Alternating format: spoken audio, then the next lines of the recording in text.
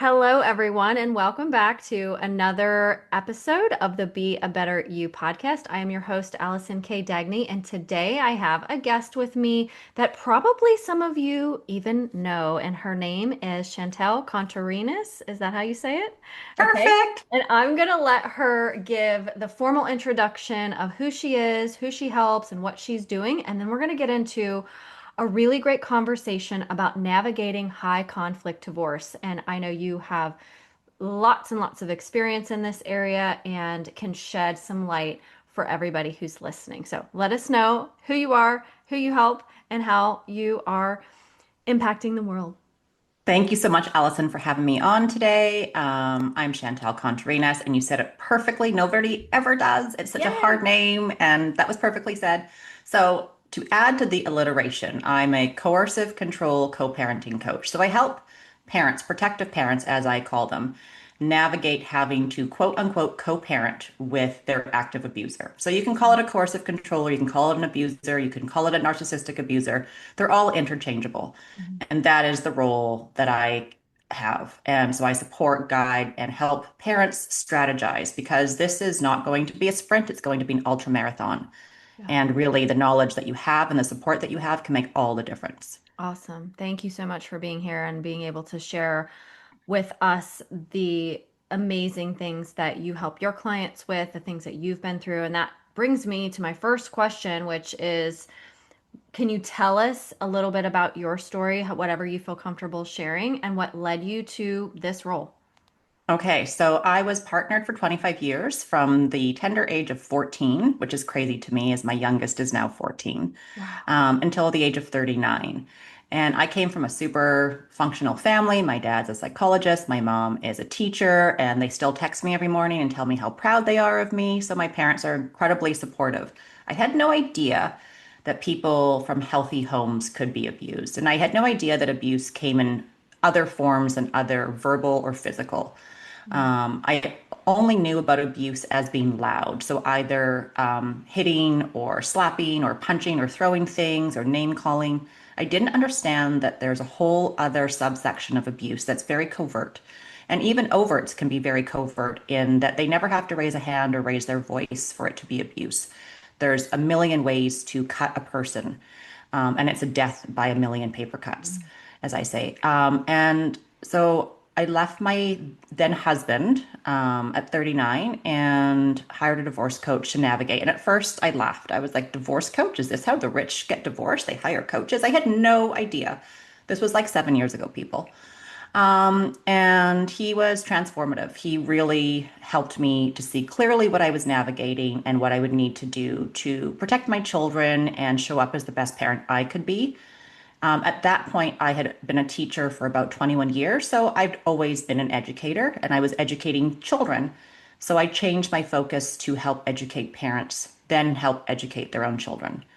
So it's the same sort of hat. I've just shifted and pivoted to help Yeah. a whole other area that Amazing. clearly needs the help. Yeah, well, I'm so glad. I'm so sorry you went to go through that, but I'm so glad that you are on the other side and now you are in the position of supporting others, and that's such an amazing thing.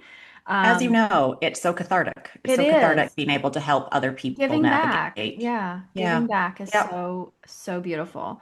So, if you wouldn't mind to share with us when you were like in the thick of the divorce and you were experiencing, I call this the swamp. Like, I remember being in the swamp. Like, what were some of the things that you were going through, like the emotions that you were feeling, and like, how do you see those showing up for other women who you're supporting? So it's so confusing. I had never been divorced before. I didn't even know how to hire a lawyer. I didn't know that there were different calibers of lawyers. I didn't understand the process. I didn't understand that it wasn't a clear cut start and finish, that it could be done. I assumed that it had to be done in a year because you had to be separated for a year and then you could, like officially file for divorce. I didn't understand. And my ex at the time said, why even hire lawyers? Let's just do this ourselves. Little note there, people, that's a red flag. That's not trying to be kind and helpful. That's trying to manipulate. Mhm. Because the legal system is very daunting for people who have never experienced the legal system before. Even just hiring a lawyer, it's a huge investment. It's a huge time investment. You're like reliving your entire story with this person, and helping them to advocate for you and your children. And then the entire system is not designed to support people. If you have a healthy co-parent on the other side, and you have a person who, might have a bruised ego, might not have expected the divorce, as sometimes people feel like they're blindsided, even though the writing was clearly on the wall that neither of you were happy. Most people can get over. But when you're dealing with a certain subsection of humanity, which is, the area that I deal with, these people do not relinquish control easily. Mhm. And abuse is always about power and control. So whenever you have an abuser in the mix, be they covert, overt, grandiose, vulnerable, they will not let you go. It doesn't matter if they've cheated on you. It doesn't matter if they've discarded you in the worst possible way. If you dare to set up boundaries, if you dare to try to heal, thrive, grow, if you dare to partner with somebody to find any modicum of happiness outside of them, it smacks of abandonment to them. And they will double down on their attempts to try to control you. Yeah, so that whole like I remember too jumping into the process of the legal system, I was completely in the dark too. Like I didn't know what I Yep. was doing, who I was like I actually hired an attorney and within a few months I fired her because I she had fired my first attorney oh, like as well. Yep. she told me I should get along with my ex and she goes on vacation with her ex and their family. I was like, That's I felt wonderful. like Good for you. someone was leading me back into the lion's den. I was like, I can't deal with this. Like, I can't have a Most person like this. people do not understand coercive control. And Yeah. coercive control is the crux of every abusive relationship. No matter what you call it, there's always coercive control. You are doing something for fear of the ramifications if you don't follow through, if you don't Yeah. abide by this person's every request. And so most people don't understand, and they don't understand that a relationship, just because it ends doesn't mean the abuse ends. And if you have an abuser in the dynamic, the abuse will not end. In fact, it will oftentimes escalate, and that's the very real reality of post-separation abuse.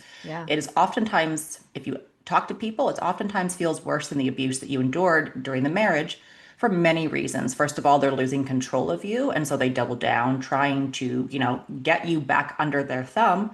And also, you believe erroneously, because society leads you to believe that once you escape, once you make that really brave, bold action to leave the relationship, you'll get the support that you need. People will see clearly what you're trying to, show, even if you don't understand that it was an abusive relationship, because a lot of people leave these abusive relationships not even realizing that it was abuse.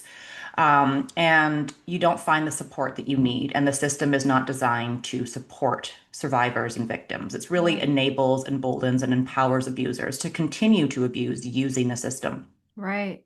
So when we're talking about high conflict, right? Even just that word or that Mm-hmm. phrase, high Yep. conflict, like because I know some people, some women, one, they may not know they're being abused, like you said, like you get divorced and then later you look back at the history and you're like, oh my gosh, that was abuse, and they didn't even know. But like, Yep. how do you know if like I know it sounds like a silly question, but like high conflict, There's like no silly right? questions. But There's, like high conflict sounds like a lot of conflict, right? It's very like yep. cut and dry, but it's not. And I know it's more nuanced than that. So like, Yep. how do you define that? How do you let somebody know, like, wait, this is a high conflict. You're not overreacting. You're not just like, Yep.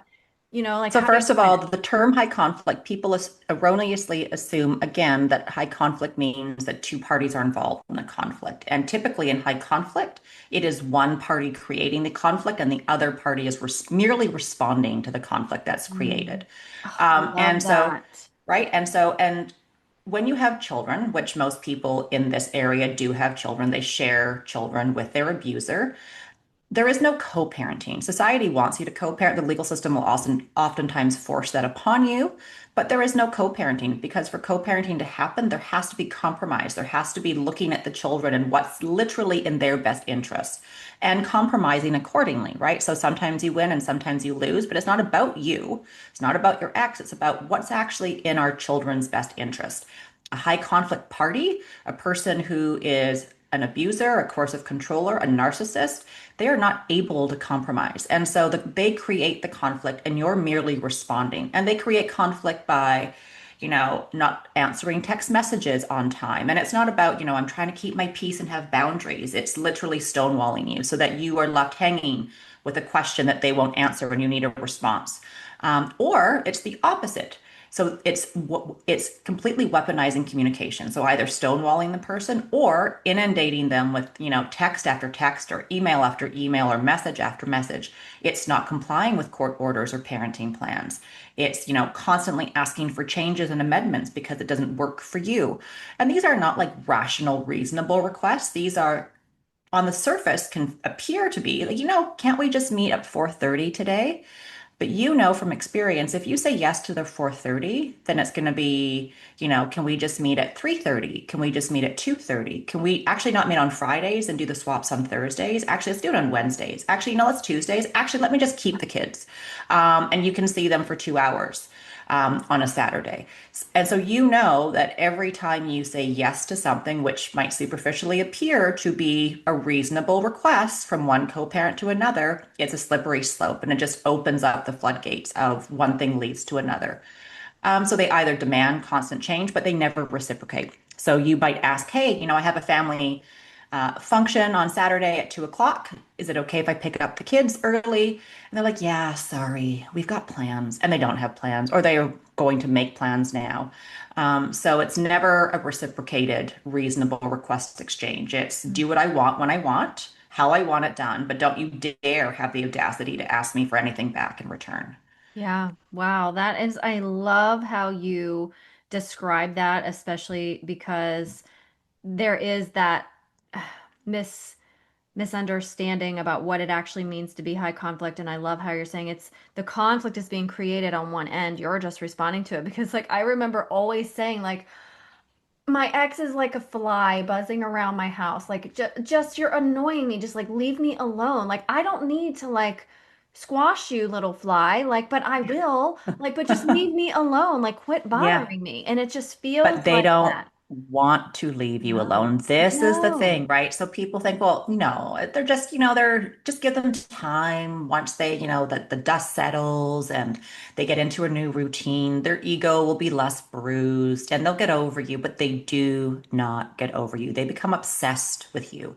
And it's not obsessed in like a healthy way. In fact, I don't think obsession over a person is ever healthy. That connotates to me a negative, disproportionately energy focused on one person, but they become obsessed with hurting you and controlling you. And they oftentimes do so by using your children.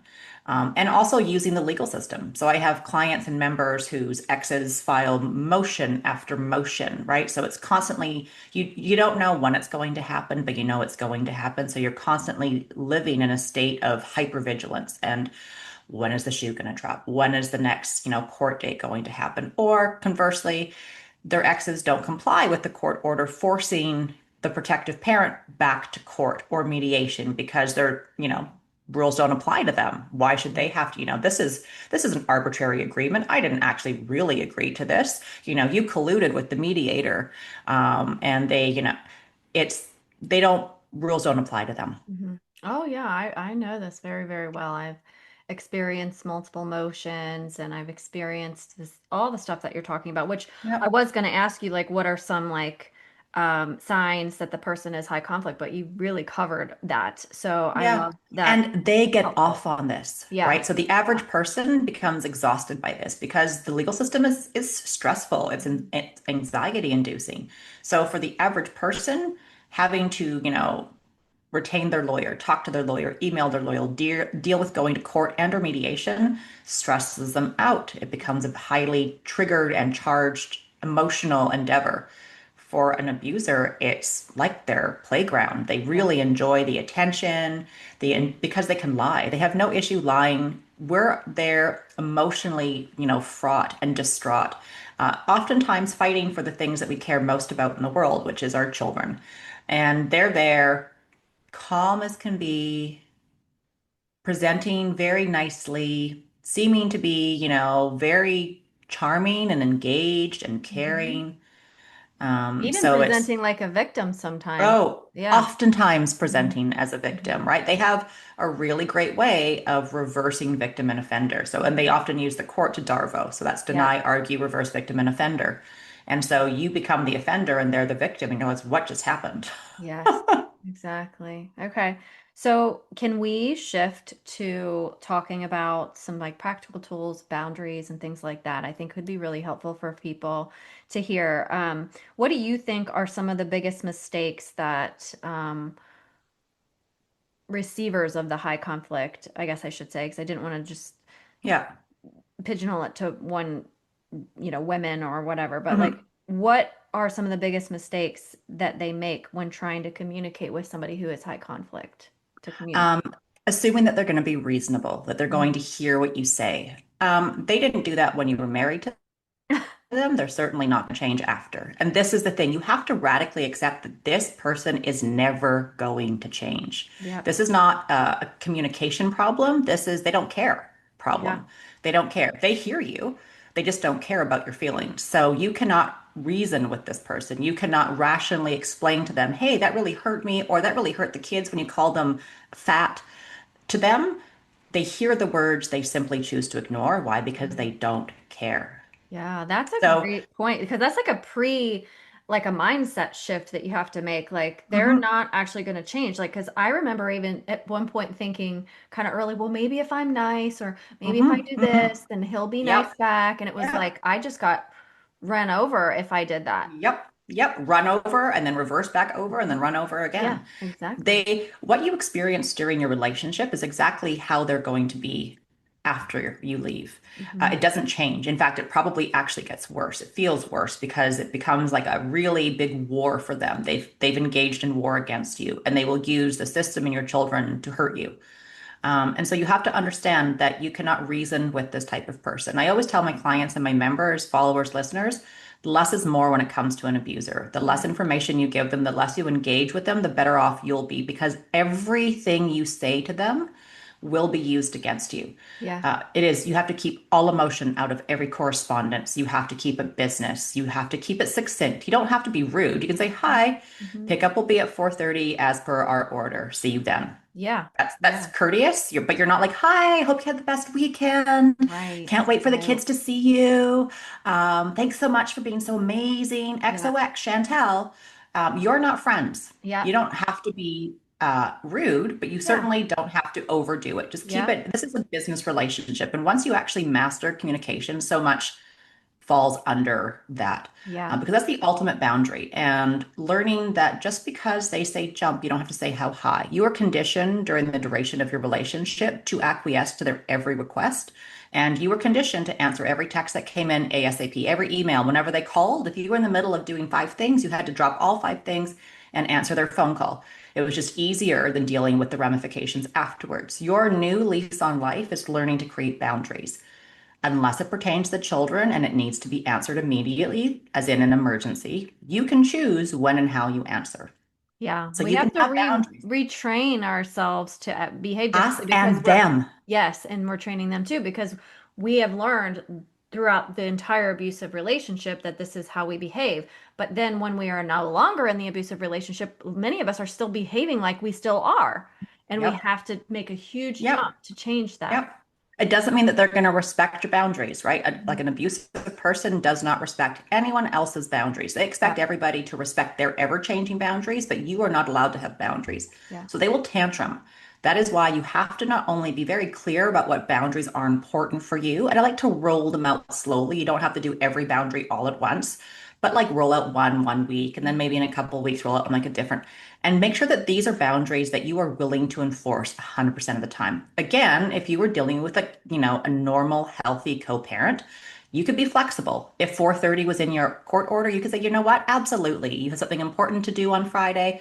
You can pick them up whatever time works for you yeah, because this is a healthy person. In this type of dynamic, that will be just you've opened up the floodgates and they will take your inch and demand a mile, 10 yeah, miles, yeah. 100,000 miles. So you have to be willing to enforce this boundary every single time. The moment you say, okay, We can do it your way. You've just trained them. Hey, you know what? She or he said no at the beginning, but I asked 100 times. And on the 101st time, they actually submitted to me. So I just have to ask harder. Ask more. Yeah. Yeah. Yeah. Yeah. Right. Yeah. Yeah. Okay. I love that, all the things, and I totally echo what you're saying. I never employ a friendly attitude towards my ex, No, and I haven't, and I actually, and I wrote about this in my book Radiate and Rise, but I actually was told by a court-ordered therapist that I should be friendly to my abuser. And I looked at her and I said, "Would you expect a kid on a playground who's being bullied to be friendly to his bully?" And she had no words at that point. of And course not. so, but the whole purpose is, you can be, there's the Biff method, and I can't remember Yeah. the name of the Brief, guy. informative, friendly, and it's Bill Yes, Eddy but and I firm. say yes, brief, informative, and firm, and I leave off the friendly. Yeah. I don't You need don't have that. like as long as you're courteous so that if it was Yeah, read in front of a judge, you didn't come across as part of the high conflict, right? I always tell my exactly. clients before, if you're reactive, this is why pressing pause when you get something that comes in from them so that you can respond in a state of mind that's actually responsive and not emotionally charged because bad stuff happens when you're emotionally charged. You might say too much or not enough or the wrong thing, or you might show them emotion. Treat this like an interrogation by the police. Everything you say and do will be used against you, Yeah, and it will be. So, for your own peace, pause, and it can be 20-minute pause, a 3-hour pause. Answer when it works for you. Sometimes for some people, that's reading it right away so that they at least know what they're dealing with. For others, it's putting that like aside until their workday is done, and then respond when it works for you. And before you press send, think to yourself, would I feel comfortable reading this in court? Would I come off as the high conflict party here? Because when you go to court, people see two parties and they assume that if it's high conflict, it's two parties creating the conflict. So your job is to show that you are actually keeping your side of the street very clean. The I love conflict is coming from one side. You are merely responding and you're not reacting. You're keeping all emotions. Keep all emotions, feelings, opinions out of it Yeah. And because they will use that. and you talk about the importance of documentation, which I think is a great segue into what you were just saying here about, like, Yeah. would you want a judge or would you want to read this in front of the court and have a judge Yeah. see what you were saying? So, like, talk a little bit about the importance of not only how you're responding, but like documenting and keeping good records, and how that can be really important for So important. So success. that also brings me to the topic of keep every communication to writing. Don't have phone conversations with them. Not only will that be just circular in nature and you'll end up being exhausted and they'll twist all your words and then deny it later on. I never said that. I never agreed to that when you're like, actually, you did. But you also then don't have a record of what was exchanged. So keep everything to writing. You can either use a court appointed app or email or text and document. So what you're trying to do, even if it's not successful in court, you have to try your best to show patterns of behavior. So you can't say, unfortunately, my ex is an abuser. You can't say my ex is a narcissist in court. As soon as you do that, hell and will rain down upon you and judges shut down and your ex will darvo you to no end. What you have to do though is show a pattern of behavior, that this is not an isolated incident. This is not because they had a bad day at work or they lost their job this month or their girlfriend or boyfriend broke up with them, that this is actually a repeated pattern of behavior. So again, if you're actually trying to document for court, you can't bring in every text message you ever got that was a jerk response from your ex because that's going to, fill 3 or 4 massive binders. Remember, judges don't have the time to read through your life, and they should. Honestly, they should, but they don't. So it has to be bite size. I don't know how old you are, but for my age group, Cole's Notes. It's Cole's Notes version of your life with this person. And it can be financial abuse. It can be how they're not, dealing with the children properly. So you categorize everything. Communication, putting children in the middle of adult issues, right? So, which is, they love to do this by, telling children what's going on behind closed doors, forcing them to read court orders, text messages, emails, listen in on conversations, oftentimes with key pieces of information omitted to make you, the protective parent, look like the high conflict, difficult party.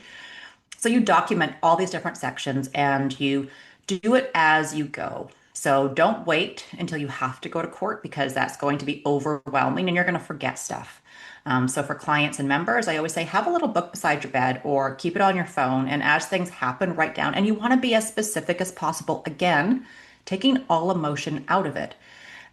So who was there, what happened, when it happened, where it happened, and then move on. And if you have like actual communication because you keep everything to text or email, then you insert that as well. And then you move on with your day.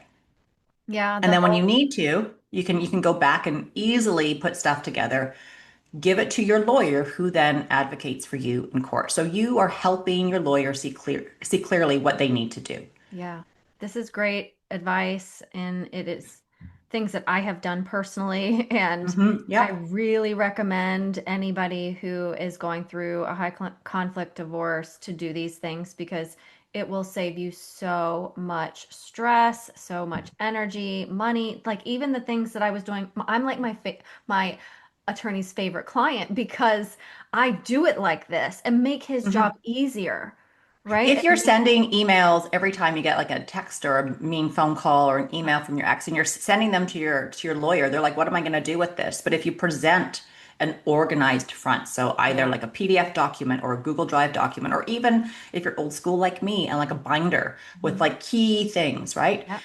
What you're doing is helping your lawyer see clearly what you're trying to prove, which is the pattern of behavior. And then Yeah. you're allowing your lawyer to then take that clear pattern and present it to a judge in a Yep. way that they know is going to work to again prove that pattern of behavior. Yeah. And it's really hard because this is very traumatic for you. If you're still actively being abused, all this stuff is traumatic. It's exhausting, it's triggering. So do it as you would anything else that's difficult. Do something nice for yourself before, bite off an hour of time where you just do this hard thing, and then do something kind for yourself afterwards. And if you can, if you have it, outsource it. Some people have great friends and family who are very organized and methodical. They can go through your text or your emails and they can pull out stuff that, screams to them abuse. And then they can then add that into your Google Drive or your Yeah. PDF or, I'd even and say to utilize people who could pull out the emotional aspect because I yeah, noticed in supporting friends and things who've gone through divorce and high conflict situations that they often want to say the things that really aren't relevant to the courts or really aren't yep, relevant to the attorneys. And because they're so, in their emotional state of, emotional state. yes. Yeah, And so, like, having even a friend kind of go through it and say, actually, this is not going to yep, be applicable, or the judges aren't going to care about hearing that, or this isn't yep. going to help support your situation. Let's take the emotion out of it and just be factual. And Um, that's key. yes. Take all emotion out. This is not an emotional. You will lose in court if you bring emotion into the courtroom, and Yeah. it's not fair. You Yeah. have every right to be emotional. You have every right to cry, scream, rage at the injustice of it all. You do. You save that for your friends, your family, your coaches, your therapists. Mhm. In the court of law, they're looking at who is clear, who presents well, who, is unemotional, despite the fact that it's probably the most emotional thing that you're going to do. Because again, it typically comes down to the things, the people that you love most in this world, which are your children. And so you will be emotional, but you have to contain that emotion when you're dealing with the court system. The moment you bring emotion into it is the moment you lose credibility. And it's all about showing that you are a credible person, that what you're saying is the truth. And you also have to remember if your ex is an abuser, they're going to try to muddy the water. They're going to try to fling as much dirt at the wall and see what sticks. And so your job is to be very clear in the pattern of behavior and to show that you're a very credible person, that what you say is actually the truth and not a lie. Because they're going to paint you as a liar and a cheater and a stealer. Mhm. Um, and so your job is to maintain, that you are actually credible, that you're believable. Yeah. Yeah, that's excellent advice. Thank you so much. So, when we're thinking about this whole situation, this very difficult swamp time frame that we're in, and like them painting you, like you said, like this bad person, they're smearing you, they're making you out to be, X, Y, and Z. A lot of times I think women start losing their sense of self. They start feeling like they're being torn down all over again, right? Just like they were in the Yep. relationship. And so we're beyond that and we're trying to like protect ourselves and protect our kids and just get what we are entitled to or deserved, safety and resources and things like that. So did you ever find that during that process you started to either lose confidence or maybe other like clients of yours? And if Mhm. so, how do you start shifting that to reclaim your sense of self or your confidence back? The smear campaign is alive and well, and it starts oftentimes while you're still in the relationship. It gets worse when you leave, but they've already planted the seeds in your community, even your own family, your friends, their family, friends, if you're religious in your religious community, your school community. They've already planted the seeds that something that you're not the stable one. And it could be subtle. They don't have to say, hey, she's crazy or he's an asshole. It could be small things. I'm worried about their mental health. You Mm, know, I think they might be suffering from depression. Oh, yeah, they don't deal with stress very well. You know, they sleep a lot, you know, because they're, not doing very well mentally. I think I'd like to see, them to go to a therapist. And it sounds like they're really concerned about their partner, but it's planting seeds of doubt in people. And then they water those seeds when you leave. And you will lose. You will lose who you thought were friends. You might even lose family. You might have your own family turned against you by someone who's very convincing, depending on your family dynamic. Those people aren't your people. And that is the thing. And so your job is hard. Nothing about this is fair. And so I really want to preface this by saying this is not fair. It is not fair that this is all happening to you. But you actually have a lot of control over how you show up to this attack. So you don't launch your own counteroffense. You don't start to, say, actually, I'm not crazy. Then you're just, falling right into the trap that they've set for you. And people are like, oh, yeah, he told me she would do that, or she told me he was going to say that. And as hard as this is, you don't try to say your side of the story. They've already, been tarnished. You've been tarnished in their eyes. Anything you say is not going to, work to bolster your credibility with this community. You have to build another community, preferably with friends, start building new friendships outside of your ex, and also find an expert community, other people who understand you, because abuse is very, very isolating. And even well-intentioned friends and family, if they've not experienced this, it's really hard for them to understand the intricate nature of abuse and how insidious it is. And so, but if you find people who are just like you no longer have to justify why you sent that text or why this incoming text, really hit you. They're like, well, those are just words, You just have a different way of communicating. So if you have people who understand you, you're no longer having to explain yourself. They're like, yep, I get it. mhm. And that is honestly the most part of your healing is having people who understand you. Yeah. So join like a support group, or like I have a membership. I think you have a Yep. membership as Yep. well. Find people who are like you. Yeah. And sometimes you might have to shop around to find the right one. It's not because they're bad, but it's just like any relationship. You have to find people who get you. Yeah. And every community is different. But that's how you start to regroup and to grow and to heal the parts of you that are hurting, that they're trying to tear you down. They want you to be broken. Hmm. And you have every right to fall apart. You do. But then they're winning again. Yeah. We don't want that. No. We don't And want do that. it for yourself and do it for Yeah. your children, to also show your children what's possible on the other side of escaping. Because remember, you were the first one in the family to escape this abusive person. If you want your children to be able to escape this abusive person, which is their parent, be it a father or a mother, you have to show them the way. If you're broken on the other side of this, no matter what they're doing to you, because some of these people can be absolutely horrific and truly strip you away of everything, everything from your children to your home to your finances, your community, Mhm. and you are left with nothing, Yeah. not even your children. But you have to find purpose in life and you have to show your children what's possible on the other side. Yeah. I love that. Thank you so much. One other thing that you say a lot is that abuse cycles stop when education starts. So, can Yeah. you explain what you mean by that?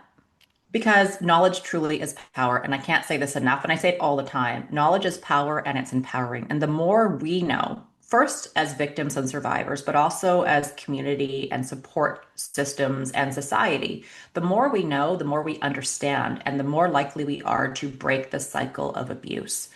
So, for instance, it's very rare for a person who grew up in a dysfunctional, abusive family to stop the cycle, because you typically go with what you know. So, if you were raised in an abusive household, you typically mimic what you were raised with, right? Just like if you were raised in a loving household, you are a loving parent, typically. Hmm. So it takes a lot of knowledge. It takes a lot of education to be able to say, hey, you know what? I'm not going to perpetuate the same cycle of abuse that I was raised in with my children. And so this is can go from the micro, from like your own family, to the macro society. And Yeah. so knowledge really is power. When we start to educate ourselves, everybody benefits. Yeah, I agree. And I think there is empowerment in the fact that you are choosing to take that action versus feeling like I need someone else to like tell me all the things and Yep. drag me here Yep. and tell me what to do. Like when you can take like initiative Yep. for yourself, it's like, "Oh, wait, look what I did. Look what I learned. Look what I figured out on my own." And that's Absolutely. a No really one is empowering going to thing. save you. This is the reality. You have to save yourself. There are going to be people there who can absolutely support you and, rally around you, but you have to do the hard work. Again, it's not fair. Nothing about this is fair. Fairness goes out of the equation when you have an abuser in the picture.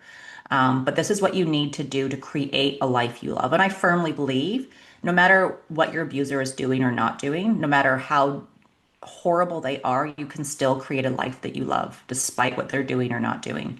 But it comes from you. Everything starts with you. You're Yeah. the foundation of everything, not only for yourself, but also for your children. For sure, 100%. And I always would even say to people that like I not only left my abusive relationship to make a better example for my kids about like how you should be treated, but what a happy, loving relationship looked like because I knew that that was in my future. Yeah. I didn't want them to see me um, as this like broken down person or this victim that wasn't able to um, shift out of that really, Victim really mentality. sad place to Mhm. something much better because I'm their first teacher, right? I want Yeah. to see that what is possible for them too, that you can have a loving, happy relationship. You can leave people when they mistreat you and abuse you. You don't Yeah. have to stick around. And yeah, those things are hard and they're difficult to go through, but such is life, right? What isn't difficult to go Yep. through? So I Absolutely. really appreciate you to bringing that up. The one thing I'm really curious about your opinion on this, because you worked with a coach, I've worked with coaches. How do you feel like working with a divorce coach or life coaches or people to help you through these difficulties, um, support people in ways that like lawyers can't or therapists can't? What's your opinion on that? Oh, so there's a role for everything. So, coaches, as you know, we're not therapists, we're not lawyers, we don't claim to be, right? There's a place for a therapist, and ideally, in an ideal world, and I understand that financial stuff is is an impediment to the full gamut of support. But in an ideal world, you would first start off with a coach because how you start your divorce can make the difference between like who you hire versus who you don't hire. And a therapist. So the therapist helps you unpack the emotional component, right? And that's really important. You've been abused. Even the good times, your entire relationship with this person was abusive. Even the good times were abusive. They were a way to manipulate you into feeling hopeful about the future with this person. And a coach will help you take action. So both are very different. And then your lawyer, you can show up better for your lawyer then because you're not relying on your lawyer as your emotional sounding board as the person that you're like, oh my gosh, my ex just did this and help me, right? They are not Mhm. your therapist. They are not your coach. And so many lawyers will tell you the difference between people who have coaches and people who don't have coaches because typically those with coaches show up more level headed, calmer, more organized because the emotional component has been dealt with behind the scenes by both a therapist as well as a coach. So for me, I always say I hope that you have a therapist. I am not in competition with therapists. There is a place for a therapist, but the work that I do is action based. So it's looking at your unique life and situation and how your ex is presenting and giving you actionable tools and strategies that will help you create the life that you want. Oh, But love you it. have to do the work, right? I Love can, it. I can, I'm so with you on this whole thing. Like if I could just package that up in like a little yes, beautiful like reel or something like that is so amazing. I love that because it is so true. And I often say like if people come to me to work with me and they have a therapist, I'm like, "Good. Keep your therapist. I yeah, don't need yeah. you to like end your Nope, therapy relationship. This nope. isn't replacing that, right? Nope. Your It therapist is serves it a is purpose." in addition to. Exactly. And then Exactly. ideally you'd have all three. You'd have your Mhm. therapist, your coach, and you'd have your lawyer. Yeah. A really strong Therapy, team. Yeah, a really yeah, strong team. your ex, if they are an abuser, they have a strong team. Even if Mhm. they hate their family and their family hates them, they band together quicker than you can say abuse when somebody on the outside is, threatening their family name Oh, and, image. And they'll partner really quickly. So they already have all the support. You need the same level of support, but in the healthy way. People who are actually going to support you mentally through this. This is not a sprint. It is an ultra marathon, and you need to be yeah. equipped from the beginning with the right tools. And if not from the beginning, because most people don't understand this and they understand later through trial and unfortunately error, that you actually need to what you do now, the investment that you invest now in yourself through therapy and through coaches actually will save you time and In the money. long run. And people are like, oh yeah, you're just trying to market yourself, Chantal. I'm not. I'm not. It's true. People do not listen to me because money is tight and they come back and they say, you were absolutely right. I wasted 50,000, 100,000, $300,000 trying to fight stuff in court.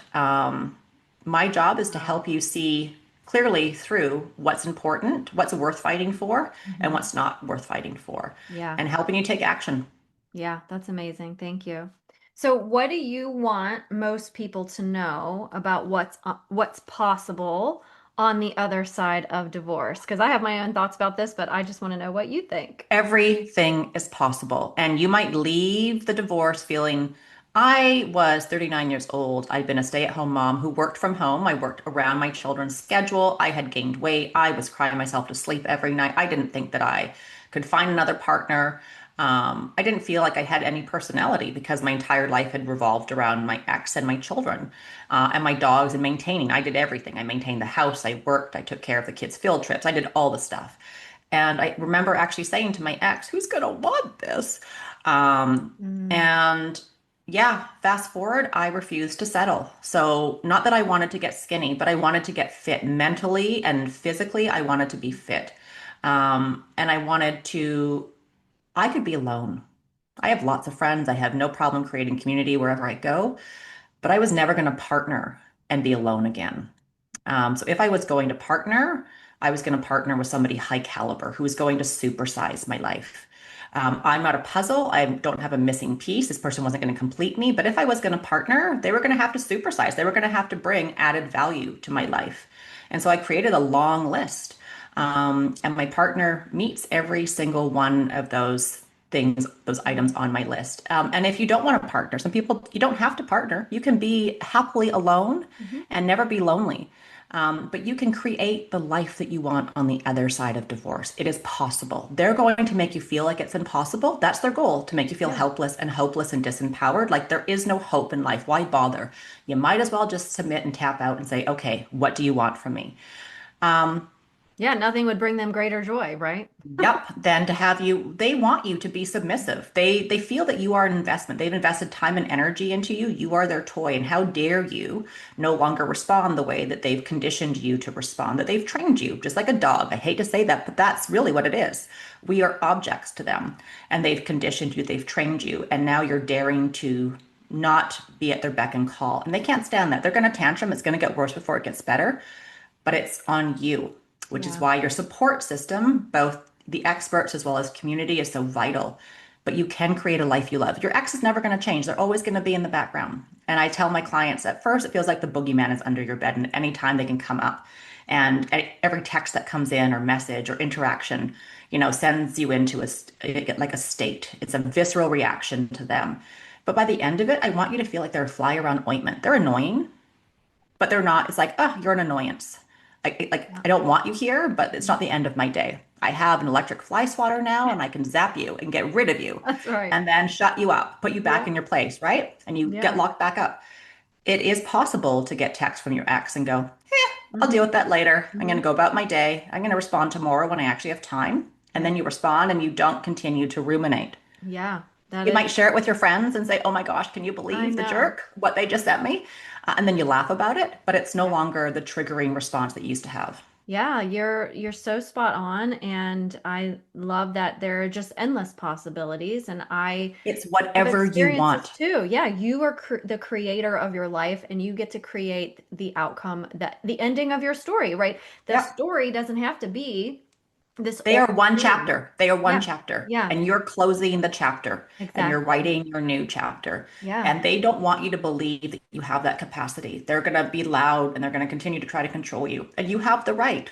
Mm-hmm. And you also have the ability to shut them up and shut them down and create a life you love. I see it all the time.